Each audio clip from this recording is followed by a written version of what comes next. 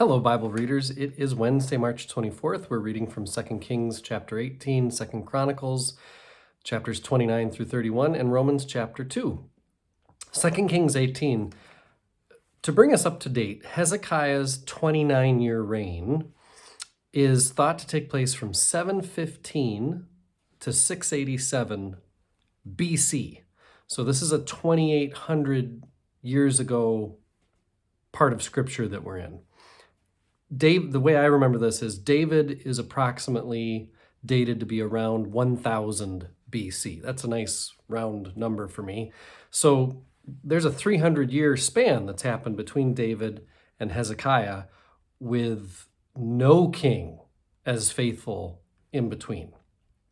Hezekiah is spoken of as no other king thus far. He trusts, that's the word used in Hebrew here. He trusts the Lord as no other king before him. Apart from Hezekiah, in fact, the Hebrew word for trust appears 0 times. Solomon, as a direct contrast, is said to hold fast to his foreign wives. Hezekiah, the same verb is used for Hezekiah, holds fast to the Lord. So that's like a direct comparison. Solomon, who's, described as a pretty faithful king, not perfect, but Hezekiah is then lifted up in very specific ways above Solomon. The narrator has a point in 2 Kings, and that is that Hezekiah is, by all accounts, a very faithful king. 2 Chronicles, and it's important, I think this is a good time to talk again about why each is written, what the motives are for each of these writings, each of these compilations that are 1st and 2nd Kings and are 1st and 2nd Chronicles. Kings is written for a community who's seeking deliverance from crisis. Political threats and military invasion are like a pall over everyone's life.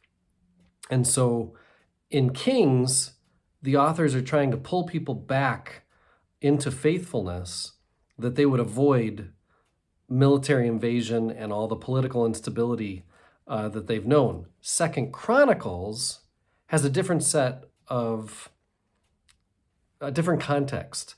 2 Chronicles is talking about Hezekiah and other kings within a completely different world because it's later. The chronicler is trying to help build a post-exile community.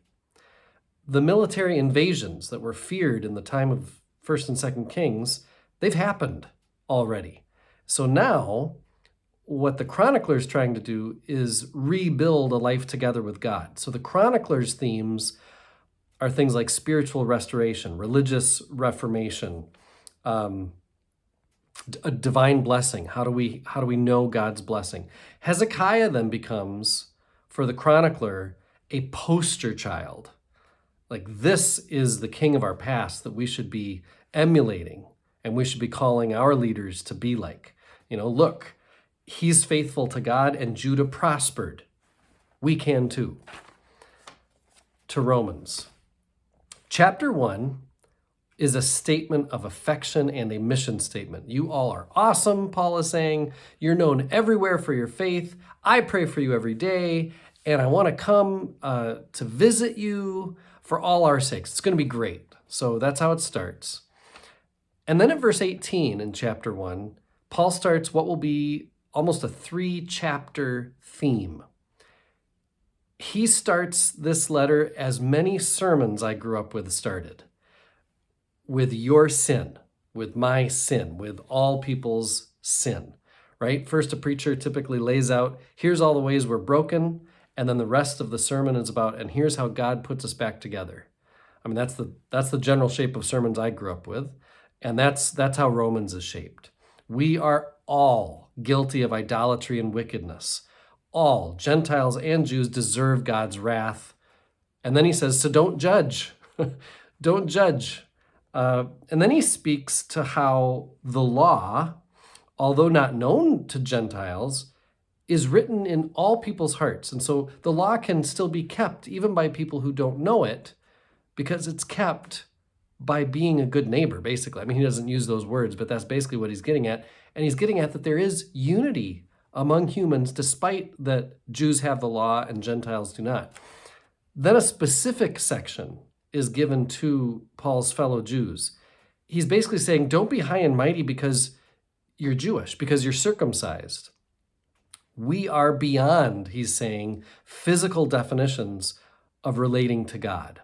Relating to God is a matter of the heart, which of course isn't just a theoretical, floofy kind of thing. Paul is saying your heart is your whole life. Your mind, body, and soul is your heart. And so we're far beyond physical expressions of, well, here's who I am in relation to God. No, your whole self, physical, mind, body, spirit, all of it is how we relate to God. I am one with my God. My God is with us, all of us at all times and in all places.